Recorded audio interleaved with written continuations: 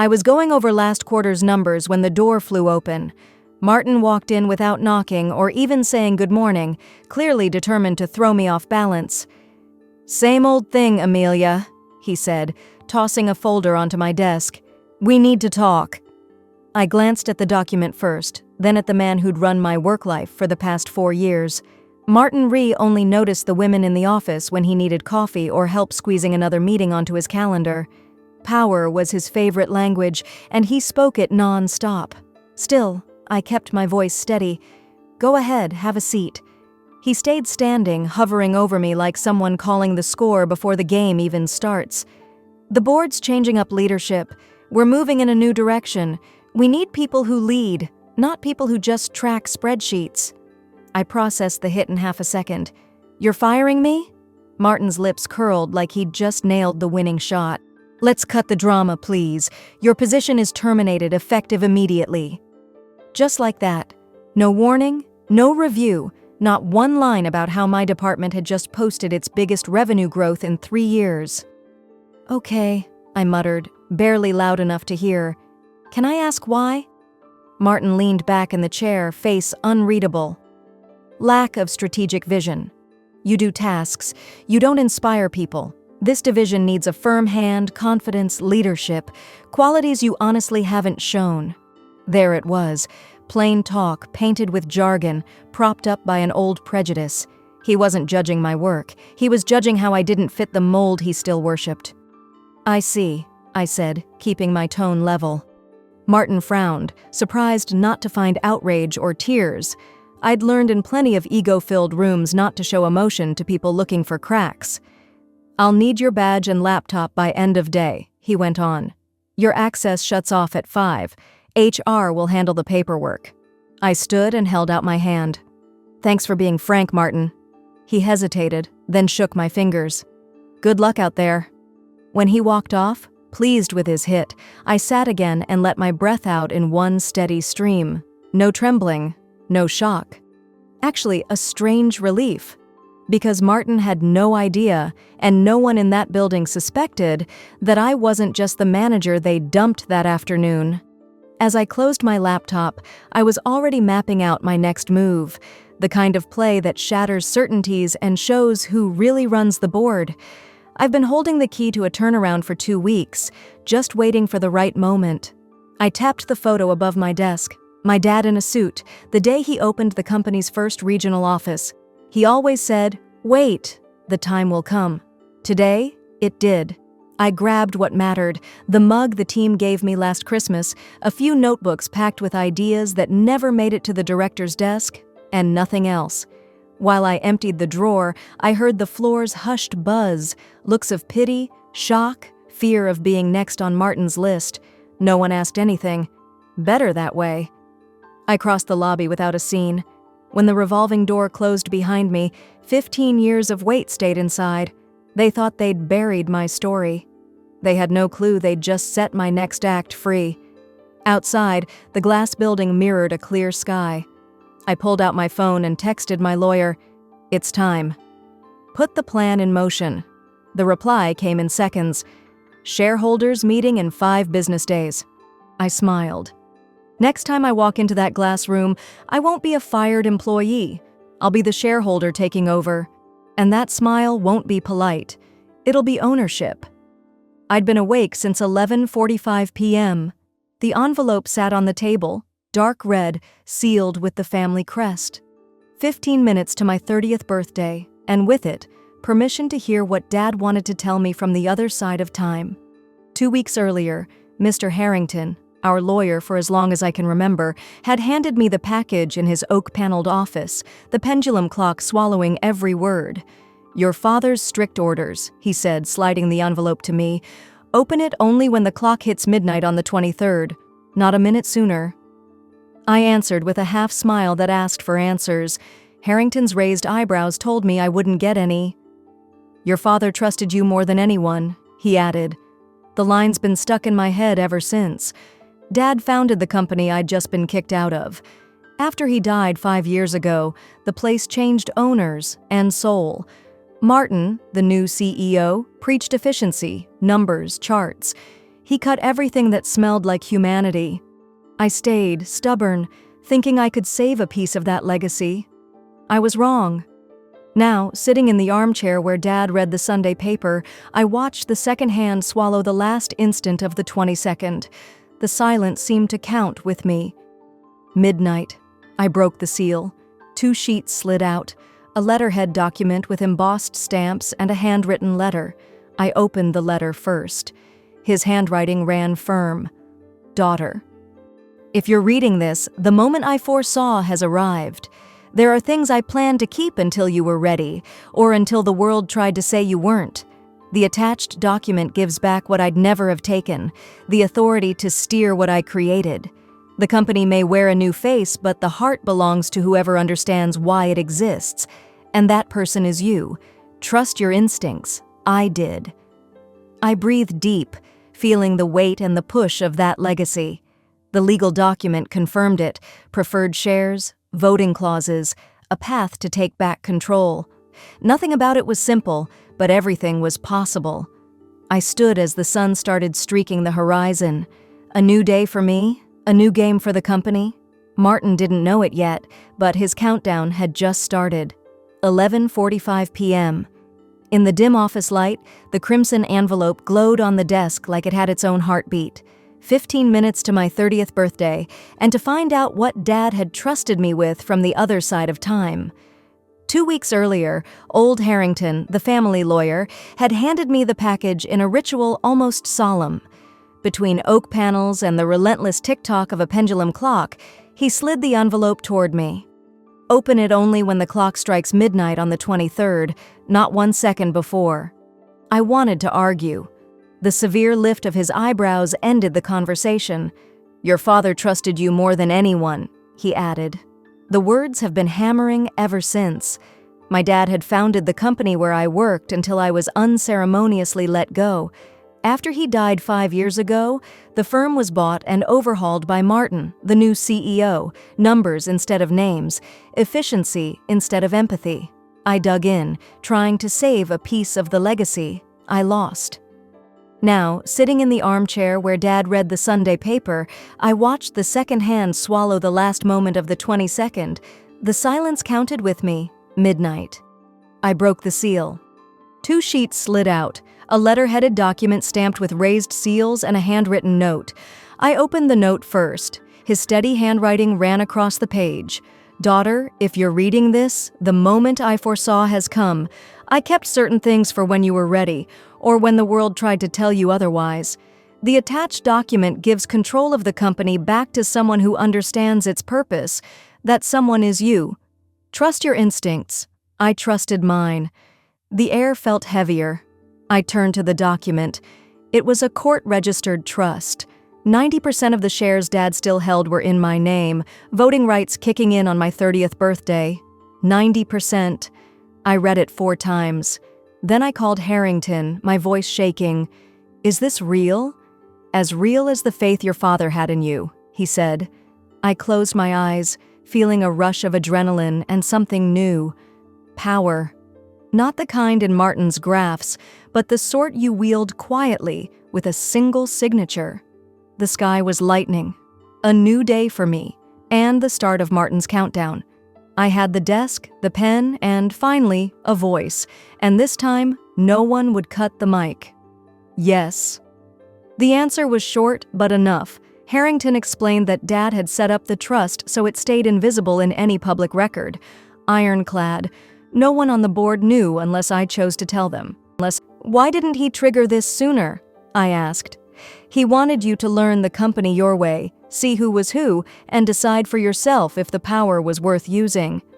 The words echoed. I remembered years of being ignored, cut off in meetings, watching Martin get applause for ideas I'd whispered. I'd thought patience was enough. It wasn't patience I lacked, it was leverage. And now it was in my hands. I set another meeting for the next day. We'll discuss next steps, I said. Right, Harrington replied. I'll draft the papers to call the shareholders' meeting. We'll notify the board as soon as everything's ready. Not yet, I cut in. Only when I give the word. Silence. Amelia, what's the plan? I watched traffic below, a steady flow of people with no idea what was coming. "I'm walking into that boardroom," I said slowly, and showing them who they tried to shove out. On the day set for my exit interview, HR's phone rang twice. Then came the email. I ignored all of it. I chose a quiet downtown cafe, flat white in hand, while Harrington reviewed the final draft. Now it was official. On paper, I controlled 90% of the company's voting shares, a fact Martin never imagined. When I knocked on the boardroom door, it would be too late for them to catch up. "Ready to start a fire?" Harrington asked, adjusting his glasses as he slid the folder to me. "They struck the match when they fired me," I answered. Inside, a single sheet, notice of an extraordinary meeting, one agenda item, change who's in charge. Simple, direct, impossible to ignore.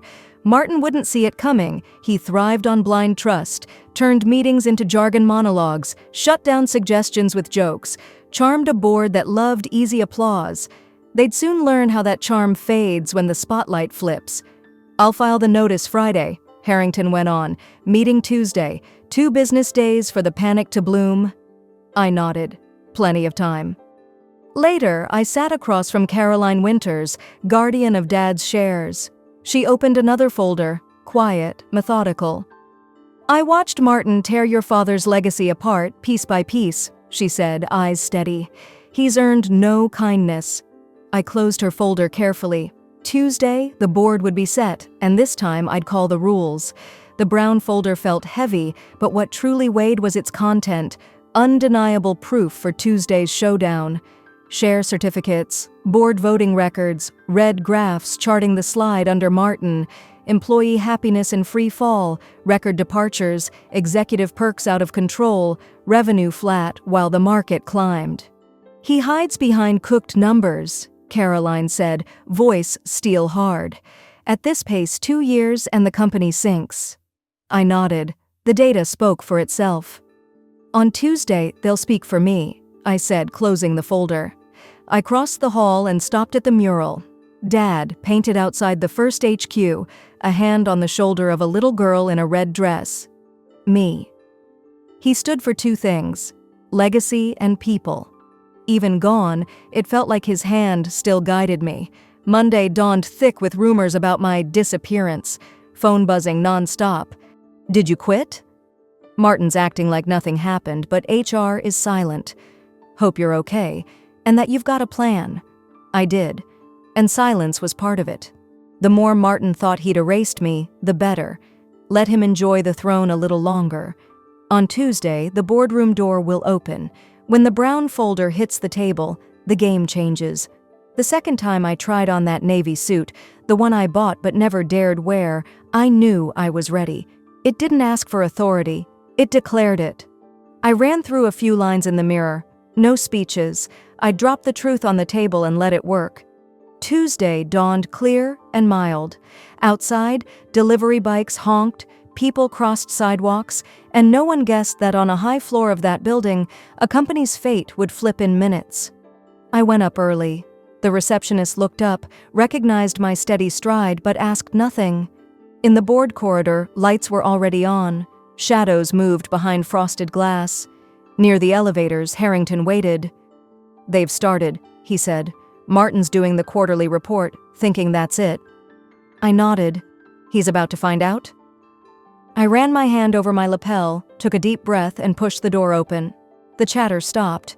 Martin, interrupted in the middle of a chart, cleared his throat. "Amelia, this meeting is for the board only."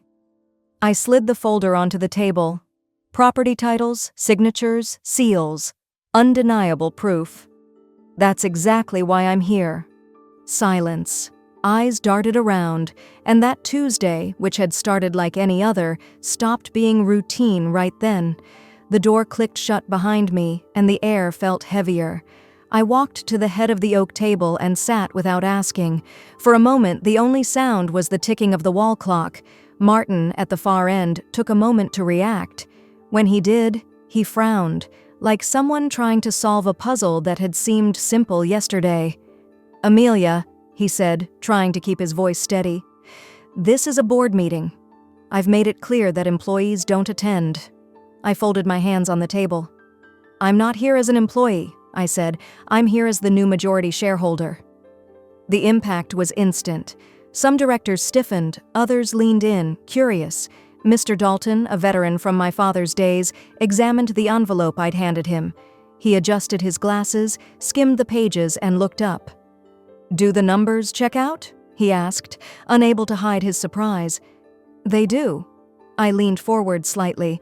"When I turned 30, I got 90% of the shares through a family trust. All the paperwork is filed and notarized, just like the bylaws require." While I spoke, Mr. Harrington handed stamped copies to the secretary. The rustle of paper broke the tense silence. Martin shot me a disbelieving look. "This is ridiculous," he snapped. "Why would your father do something like that?" "Because he trusted me," I replied calmly. "And because he knew exactly what this company could turn into without someone who truly understood it." In the hallway, we heard the metallic click of a door opening. Inside, no one moved. Everyone waited for the next move on the board. Silence settled again, thick as fog.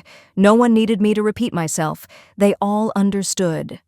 Since my father's death, Martin had built a system where flattery mattered more than competence, image more than results, and the metrics were screaming now. I opened the second folder with a crisp snap.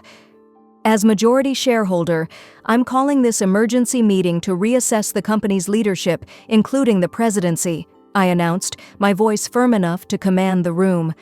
Martin stood, a flush climbing his neck. "This is a coup! Payback! You think you can just—" "I don't think," I cut him off. "I know. I'm exercising my right." I slid the dossier across the table to him. "Let's stick to the facts." The pages showed the story he'd tried to hide. Employee satisfaction down 38% in 2 years, critical turnover up 47%, 3 discrimination suits in HR, revenue flat in a booming market. There were also unauthorized travel expenses, inflated bonuses, misleading reports. I looked Martin straight in the eye. "All of this happened under your watch. And that's just the first part." The room held its breath. No one turned the page, yet. The rustle of pages finally broke the silence. Each director read along, but Mr. Dalton was the first to look up, brow furrowed. The CFO, who'd been still, leaned over and whispered to the legal counsel. Quick fingers began tapping on a tablet. Martin clenched his jaw. "You're cooking the numbers to stage your revenge." I stayed calm. "I don't have to cook anything. The proof is right here. You bet no one with enough power would dare question you. That bet ends today." I set the folder down and let the words hang. Then I slid the last document across the table. Effective immediately, I moved to remove Martin Ree from the position of CEO. The secretary's eyes widened. "Do you need a second?" "Number Y hold 90% of the shares, more than enough under any rule."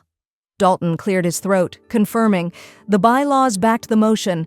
It just needed to be recorded." Martin slammed his hand on the table. "You can't do this." "I already have." There was no call for security. He stood, scanned the room with anger and disbelief, and left, footsteps quick, door slamming behind him.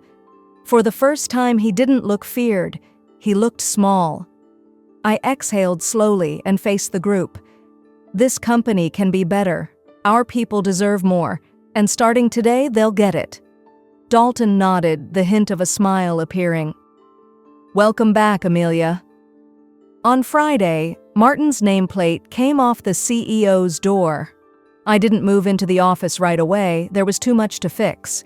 But as I walked down the hallway and the sign vanished from sight, I realized something important. The next chapter had already begun, and the board could hardly wait to turn the page. The morning after the assembly, I ditched every symbol of authority, including that oversized desk. My first act would be to give the company back the spark that started it. I invited everyone to the main auditorium. It was the same stage where Martin turned targets into trophies and handed out empty praise to the same faces.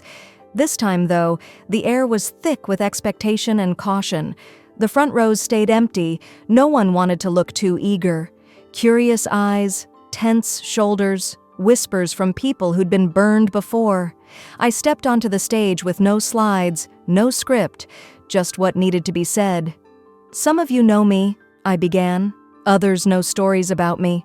What matters is this: I'm not here to grab power. I'm here to win back trust." The murmur died. They felt the weight of the words. "Last week, I was fired," I went on, letting the shock sink in. "They said I didn't have the right profile to lead. I thought I owed you that honesty." The nervous laughter that followed broke the tension. I paused a moment, letting everyone take it in. "Leadership isn't about volume or vanity," I resumed, my voice steady. "It's about seeing far ahead, respecting the people who make things happen, and creating space for ideas to thrive." I scanned the auditorium. I spotted engineers who'd pulled all-nighters without any credit, assistants ignored in narrow hallways, analysts buried under layers of corporate ego. "My father's company survived because you believed in it. It'll be reborn for the same reason. From today on, every decision goes through the filter of what we are together: creativity, courage, and above all, respect. If we fail at that, we fail at everything." I stepped back, giving the stage to silence again. It never came. Hands started to rise, not in protest but with questions, ideas cocked, ready to see daylight. And there, in that first instant of real dialogue, I realized the company's soul was already knitting itself back together. Over the next 2 weeks, I made a simple but rare choice. I listened. I sat with every area: leadership, interns, reception, janitorial. I asked what jammed up their day-to-day. I asked what they needed to work better. I asked who deserved recognition but wasn't getting it. Then I turned talk into action. Maya from support officially took over customer experience, a role she'd been carrying alone for a year. Kevin, the product engineer who quit after a string of unfair promotions, came back to head up innovation. HR was rebuilt from scratch. Forgotten complaints got a voice. Managers who peddled fear and favoritism left quietly. And I launched the dream my dad sketched on coffee napkins. People First, an internal program that rewards collaboration, celebrates ideas, and guarantees equity, no matter the title.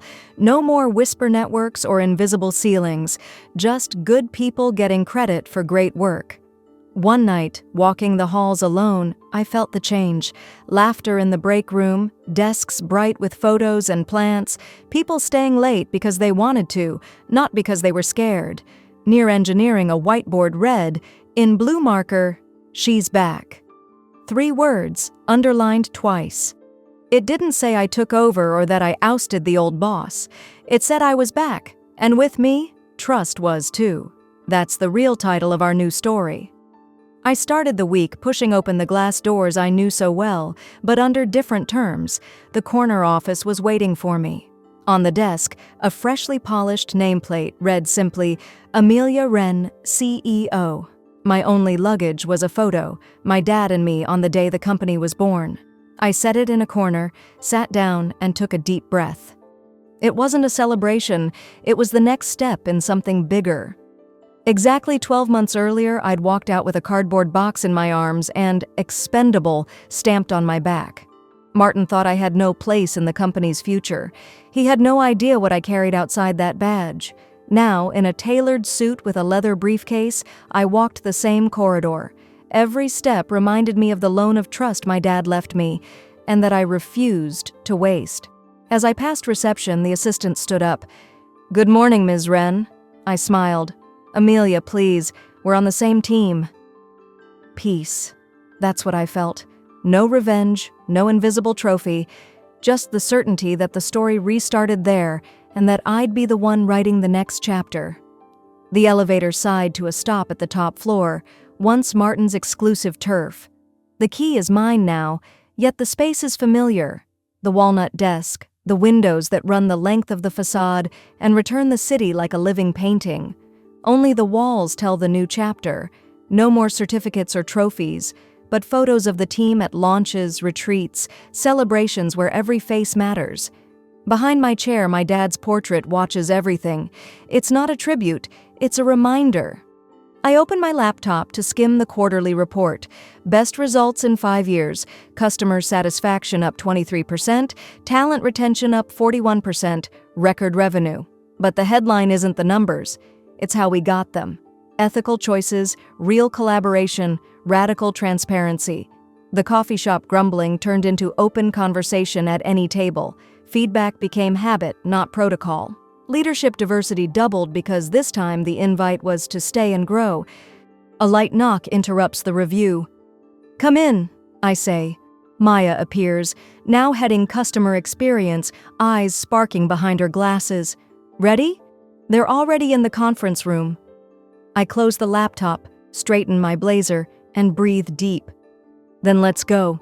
There's a lot more than numbers waiting for us. When I walked through the boardroom door, I realized the change wasn't in the walls or the furniture. It was in the people. Half the seats were now held by women, and many faces weren't yet 40.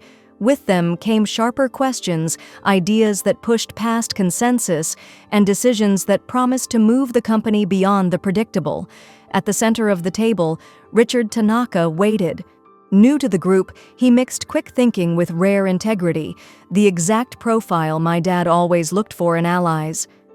Richard raised his hand and, with a simple gesture, turned the room toward me. "Before we begin, Amelia has something to say." I hadn't planned to speak. Even so, when every head turned, I felt that moment was the pivot I'd trained for all my life. I took a breath.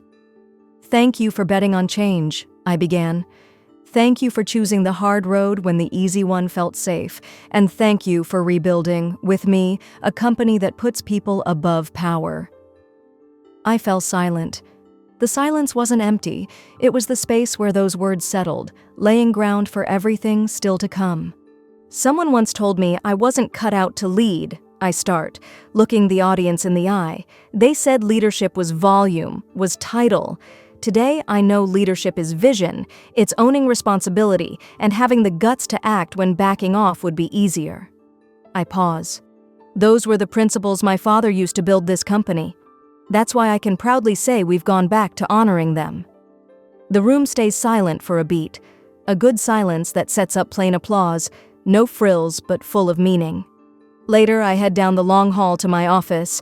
I take the route that cuts through every department, like back when I was just another employee. I chat with the teams, crack a joke with Dev, high-five the marketing interns who just wrapped their first big campaign. In the break room, I find a tray of cupcakes, an intern's farewell. I grab one, sit at the table, and we talk about everything and nothing for 20 minutes. There, between laughter and cake crumbs, I remember why this place exists. It's not stock prices, org charts, or settling scores. It's about belonging, a feeling that once it blooms, makes any challenge look possible.